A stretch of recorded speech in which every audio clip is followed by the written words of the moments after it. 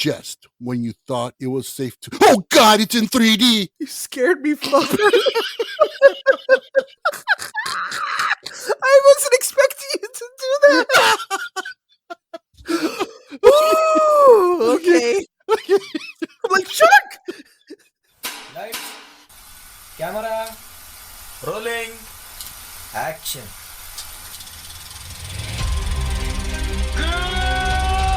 Good morning, Vietnam! I love the smell of napalm in the morning. He's looking at you, kid. Say hello to my little friend! Hi, this is Joe, and this is the Film Joe Podcast, where film talk happens. 1, 2, 3, 4.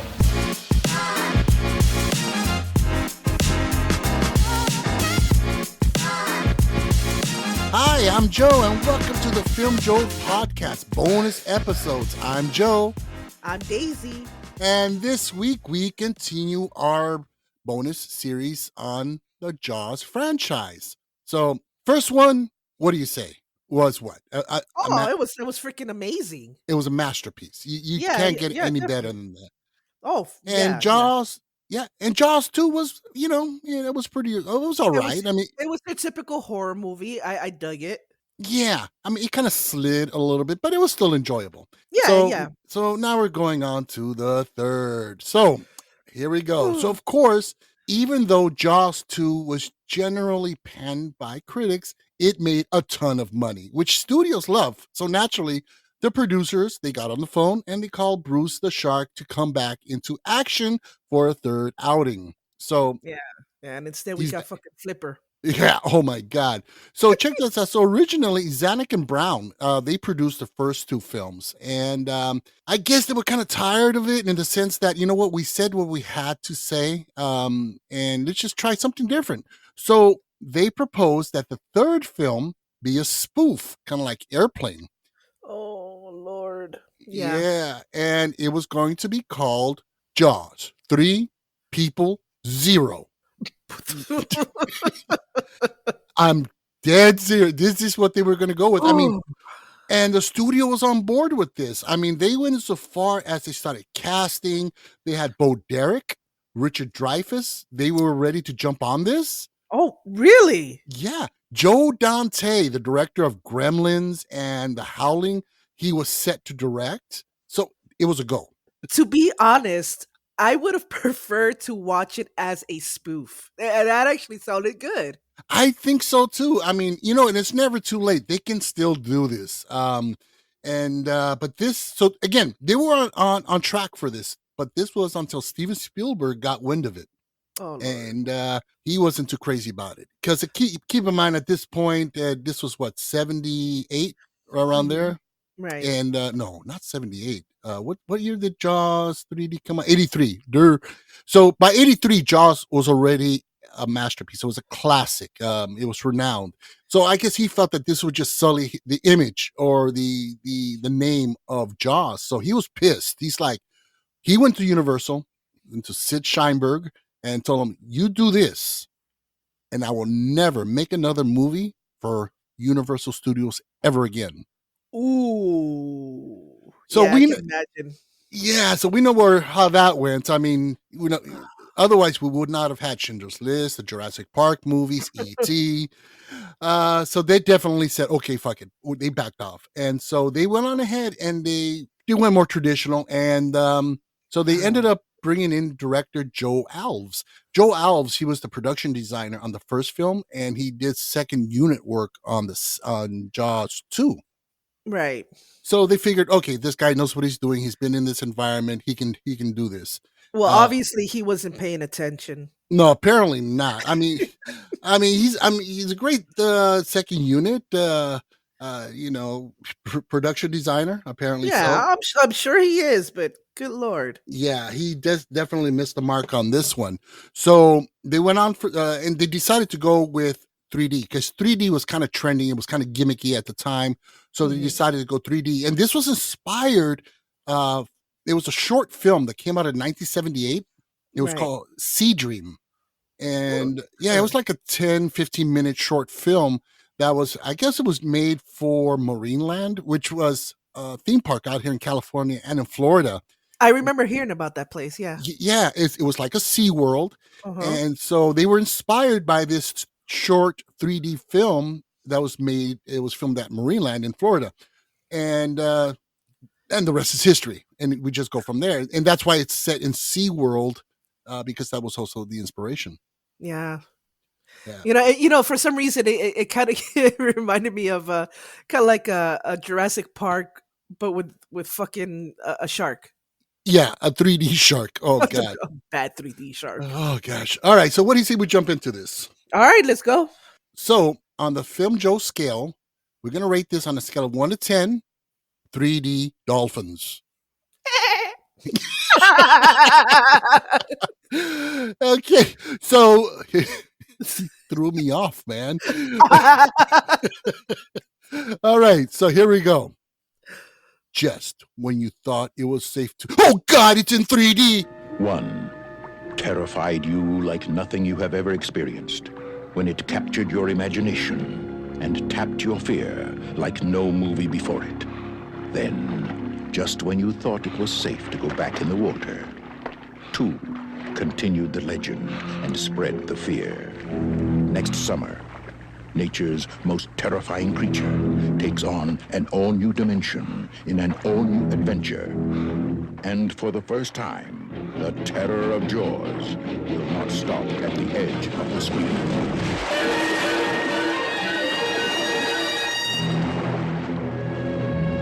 Jaws 3D. The third dimension is terror. A giant 35-foot shark becomes trapped in a SeaWorld theme park, and it's up to the sons of Police Chief Brody to rescue everyone. The film we have here is Jaws 3D from 1983, directed by Joe Alves. The film stars Dennis Quaid, Bess Armstrong, Lou Gossett Jr., and Simon McCorkindale, who was a celebrity back in the 80s for like 5 minutes. Workindale. Yeah, he was. He was kind of like really big for like 5-10 minutes in Hollywood, and he just kind of disappeared. Yeah. So what's your take on this one? This one was a doozy. It was. I mean, it was very campy. The music was just too happy. I mean, fucking dolphins and Shamu, and it didn't set the mood like the previous 2. Yeah, it definitely had a very different vibe. It was very colorful, very bright, and but yeah, I mean, it felt like a completely different film. Completely I mean, to me it didn't even have that Jason Friday the 13th feel that I mentioned about the second one. Right. Yeah, I mean, it you got characters that really you don't give a shit about. They just kind of meander all over the place, as does the script. Yeah, but it was funny. I mean, overall, the movie is funny. I mean, look, it's a 3D gimmick film. And this is one thing that in the late 90s, early 2000s, when the 3D rush came back in, Hmm. filmmakers got away from the gimmicky 3D shots, and which were really huge in the 80s. Like, oh, this guy has a spear gun. Where is he going to aim it? Right into the fucking camera, Exactly. Yeah, exactly. I mean, there was a lot of shots like that. Yeah, it was really just obvious. Obvious. Yeah, Hmm. and it was, you're like, oh God. Now, this did it have a cold open? I don't remember, I don't because remember either. Jeez. yeah, well, the film is not very memorable altogether. It isn't. It isn't. I mean, I think I blocked a lot of it out of my mind, to be honest. Yeah, well, I do remember this one. I guess the first appearance of Bruce. Okay, Bruce. Bruce the shark, when these couple of guys are diving in the lagoon or something in the park, Yeah. and they get attacked by the shark, right? And you talk about so underwhelming. Okay, they get killed, and so one of them is a co-worker of Dennis Quaid's. Dennis Quaid, by the way, for everybody who hasn't seen this, who hasn't had the displeasure of watching this, Dennis Quaid plays Michael Brody, which is the youngest son to, I think it was the youngest, wasn't it? Uh, All I know is that it was no, one no, of the, no, it was the oldest one yeah, because I think the cowboy was the youngest one. there you go. Exactly. So, um, so he works at SeaWorld and stuff, and yeah, Right. and one of his coworkers is this guy who decides, I don't know what the fuck they were doing in that lagoon or whatever, I but think weren't they fixing like the gate or something that keeps the fucking fish inside their I don't cages? I know. don't know. I don't know. Yeah, but they get eaten. Bottom line, right? Now, what's fucking hilarious about this sequence is they're down there. They get, dun dun dun, and here comes a shark, and it looks so fucking bad in 3D. It looks like a cardboard cutout that barely moves, and it's just kind of being moved forward towards the camera. Oh gosh! And No, then is this the scene where the fucking shark eats a whole man whole a whole man whole a Oh, fucking whole ass man whole ass man. There you go. That's what I meant to say.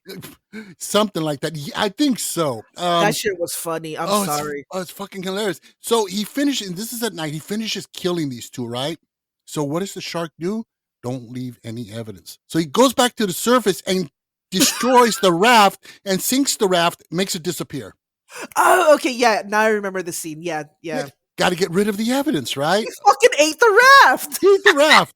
I mean, in all fairness, he ate a fucking helicopter in Jaws too. So That was cool. that was bad.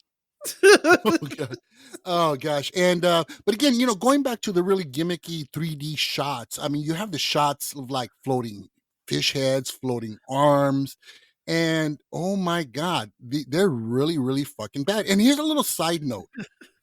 This was 1983. I was a junior in high school. Oh shit, Okay. I was in elementary school then. Yeah. Is it junior or sophomore? I don't know. I was like the first grade in high school. Right? Okay. Right. Yeah. Ninth grade. Right. I was in ninth grade. And I had a crush on this young lady that I was in school with. Very nice young lady. And I had a crush on her. And I asked her out on a date. So I go to pick her up. I hop on the bus. I go pick her up. We take the bus to Hollywood and we go watch Jaws 3D. Not a very romantic film. Every time I look over to her, she's wearing these ginormous fucking red and green 3D glasses, and it's not very appealing. And yeah, that date went nowhere. I mean, she ended up dating my cousin eventually, and Oh, that chick? yeah, Okay, no names. no names, but she ended up dating him for a few years. You know what? I showed up with torn up jeans and really scruffy looking tennis shoes. I picked her up on the bus. I didn't even bother to iron my shirt. But see, you know what though? I mean, yeah, you kind of crossed the line with the not ironing the shirt thing. But I mean, if a girl can't appreciate a cool fucking movie like that, which it wasn't really a cool movie at all, but But it was fun. it was fun, I mean, come on, you have no business dating somebody, who doesn't Yeah. share your interest. Yeah. Years later, I mean, I didn't hold any grudges, but she did tell me, she goes, first impressions matter. Oh, I'm like, that all bitch. right. I'm like, yeah, all right. So, anyways, but that was my experience with Jaws 3D. And but yeah, I mean, one thing I didn't get. Okay, this is in Mhm. Florida. It's by Florida. the old I Florida. don't know Yeah. why. I don't know why I thought it was in San Diego. Well, we have one out here in San Diego, but there's also one in Florida. Oh, okay, interesting. So one thing I didn't get. This Mm. is in Florida, kind of like a Caribbean, kind of like a tropical environment, right? Right, right. What the fuck was up with the country themed shows and motif? You got these folks in cowboy hats and doing a fucking, square dancing and shit. What does that have to do with the ocean? I don't alligator wranglers. Oh, Is that a thing? it might be. It might be. Well, if I just make that shit up. and if they do, and if there is, that's what they look like, right? So it was all over the place. But another scene that I just thought was fucking hilarious. Now, by the way, the dolphins, there was a They pair were of cute. dolphins. They were the most badass, smartest characters in the film. They were the best fucking characters in the film, to be honest. They did the best acting. They did. But come on, this shit is funny. When Bess Armstrong and Dennis Quaid are underwater and the shark is coming, right? So the dolphins, who are badass, they come and warn them, right? Uh-huh. Which is cool. But they're under fucking water and you hear ee ee ee I didn't think about that. I'm like, can you hear that shit underwater? Maybe you can. I'm not a marine biologist, but I thought that shit was hilarious. Like, what's that last scene? Exactly. Oh, the shark is coming this way and he has big teeth. Oh, oh gosh. Yeah, I mean, that's what I mean. The film overall was just nonsensical and it made no sense. No, it was very silly. Like I said, it should have been called Flipper. Yeah, exactly. Flipper 3D. Yep. Now, what I would have thought, what I was thinking would have been kind of cool, is if Shamu and Bruce would have, like, Oh, gone kinda head to head. kind of like a Jurassic Park kind of thing. with the ra- Orca meets Jaws. Fuck. Well, how come they didn't think of this shit? That would have been an awesome. It would have been a much better film. Now, Exactly. okay. So the fucking dude who goes missing in the beginning, right? Who got eaten by the shark and the shark hid the evidence. Mm-hmm. So he's a coworker. So it's fucked up because the girlfriend is like, here. She comes up to Dennis Quaid. Here's his stuff. You tell him not to come around here no more. Blah blah blah. He didn't come back home last night. He's cheating on me. It's like, whoa, lady. Damn, chill out. bitch, relax. Right. He just got eaten by a shark. Of course, they don't know this, right? So he goes missing, right? Right. Do they call the cops? No. Do they alert their supervisors? No. Do they close down the fucking park? No. What do? Hey, let's go look for the body in the lagoon. The fuck? You're like, okay, dude's dead. Let's go look for him. Let's not go to the cops or anything. And it's fucked up because it's not, and they never really get back to it. They don't go like, yeah, he's missing. We need to look for him. No, they like, oh, well, we can't find him. Let's move along. On top of that, didn't they try to get the shark to be part of their fucking show? Yeah, well, we're gonna get to that. And so it's not until they find his head floating in a tank. Oh, that was cool though. That was cool, actually. But funny because, and it's funny because oh shit, there he is. Oh man, I've been looking for you. Yeah, well, I mean, you've looked better, but here we go. Yeah, that was really nonsense. I mean, just had to shake my head. Now it's funny, okay, because they catch the shark, and that's when like you said, they want to make him a part of the show, right? Yeah, fucking dumbasses. Okay. They know he potentially just ate somebody, but yet they want him part of the show. Right, which doesn't make sense, but we know, by the way, it's not the right shark, right? Right, of course. Because you know what it is? Wasn't it somebody dressed up as a shark? It was a baby shark. I was gonna sing that too. Oh my god, that shit was hilarious. And then it's like, I'm like, and that's what I was thinking. I'm like, okay, what is it? It's the baby shark. Oh, baby shark. Baby shark. And then everybody's like, and then it's like, oh, we got to kill this shark. And then no. And here's a great line. Its mother did it. Oh God. Yeah, I was like, oh boy. I mean, it was just, the movie was full of stupidity. What was the reason why the freaking shark died in the tank? Boredom. I don't know. No, and I'm sorry. If I see a shark in trouble and in the fucking tank, I'm not jumping in there. Yeah, exactly. This bitch jumped in there like they were friends. Like, the shark. Oh my god. Seriously, dude? Oh gosh. Yeah, that was bad. I mean, okay, so aside from, the thing is they make what do they talk about how this shark could be related to the other shark from Jaws 2 or whatever. That's just totally stupid. We're talking about, what was it? You're in fucking Florida. Where was the other movie taking place? Somewhere in New York? Near New York? Martha's Vineyard, yeah. And which was Amityville. But yeah, I mean, aside from the fact that here's the overall thing, okay? Aside from the fact that the characters' name, two of them, They're called Brody. Right. This could be any fucking shark film. Yeah. And that's what, and oh gosh, yeah, I was, but you know what? It was funny. You know what? I want to say my favorite part, my favorite fucking part is when they fucking blow Uh, up Jaws and his fucking dentures fly out at you. oh my God. And then you kind of freeze frame and they just kind of stay there. Or right before when the shark hits the underwater, I guess it's an observation deck or, like a pod under the water. And Yeah. the shark is coming right towards it, right? And you see them in slow motion go, no! And and then this glass shatters that looks so fake. Oh my God, I started laughing. And I'm watching it on my computer, right? And I don't want to disturb anybody else. And I have my headphones on. And I'm watching this. And then finally, when I'm trying to, I'm giggling, I'm laughing. And then when the shark denture flies out slowly and just That kind of, shit was fucking hilarious. I lost my shit. I mean, that Dude. was, All in all, I mean, you know what? I finally kind of pinned it down to what this movie made me feel. It had the feel of watching Chips or The Love Boat. wow, that's an interesting combination there. Well, you know what? Very It's campy, very cheesy. Yeah. Cheesy. Well, Very cheesy. Well, you know what? That's one thing that I was thinking about today, that Jaws 3 and Jaws the Revenge, which we will be covering next week, they do have a very TV movie of the week feel to it. Yes, exactly. Only this one was in 3D, but yeah. Oh God. Yeah, and then of course the freeze frame at the end of the two dolphins when they Oh, jump out of the water. that's some Free Willy shit right there. Oh gosh, yeah.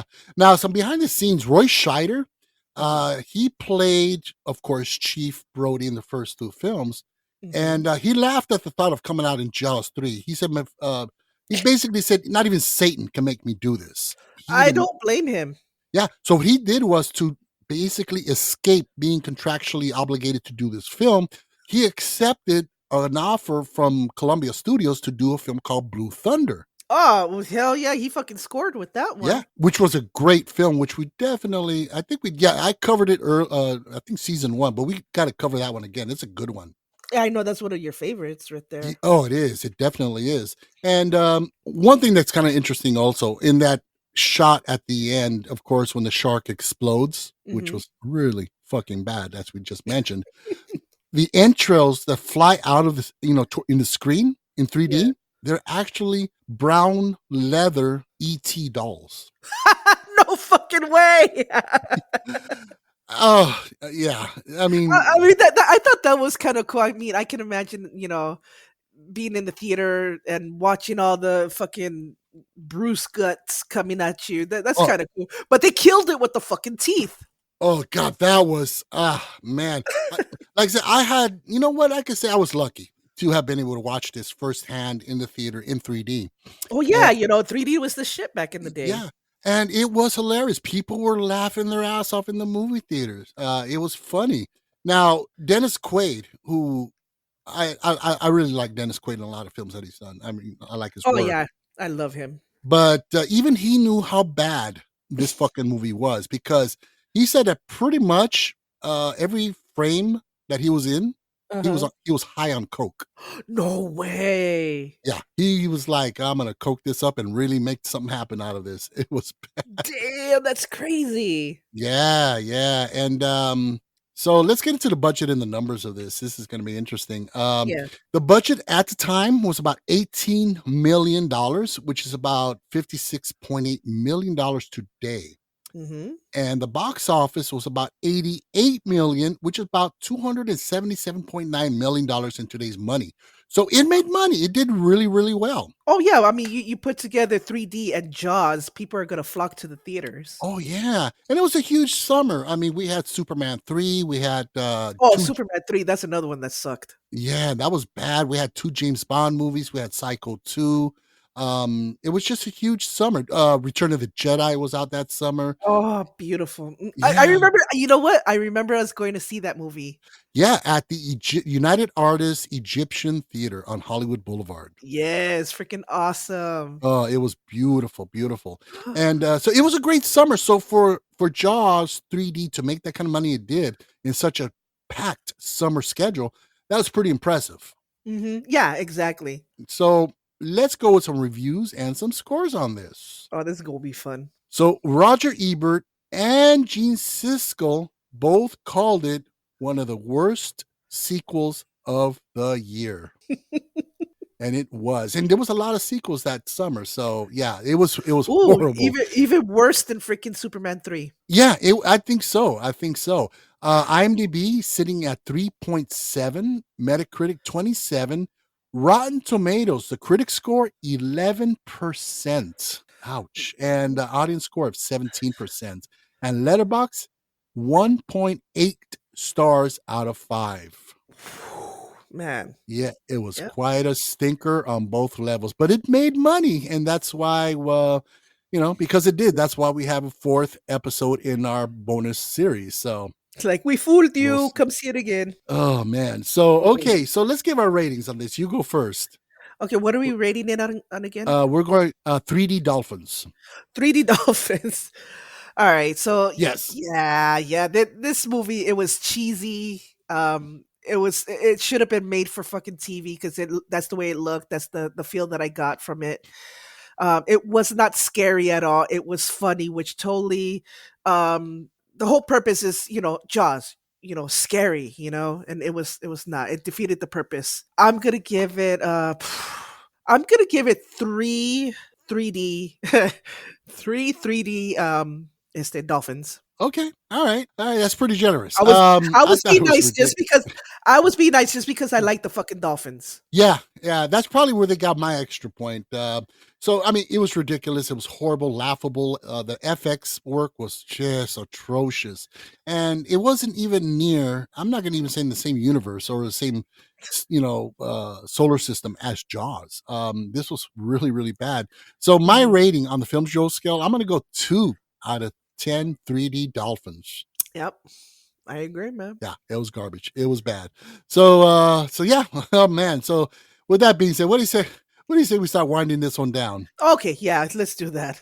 So please help to support the podcast by giving us a 5-star rating. Leave us a good review. Or another way you can help to support us is to simply subscribe and or follow us on Amazon, Spotify, iHeartRadio, Deezer, Audible, Boomplay, or wherever you get your podcast fix. Also, please don't forget to drop by our Instagram page and leave us a comment. Let us know how we're doing. We're also on TikTok, and we have a YouTube channel where we have all of our current episodes on as well. All these links in the link tree below, so please check them out. You can also contact us directly by email to thefilmjoepod@gmail.com. We'd love to hear your feedback. So, Daisy, final words. and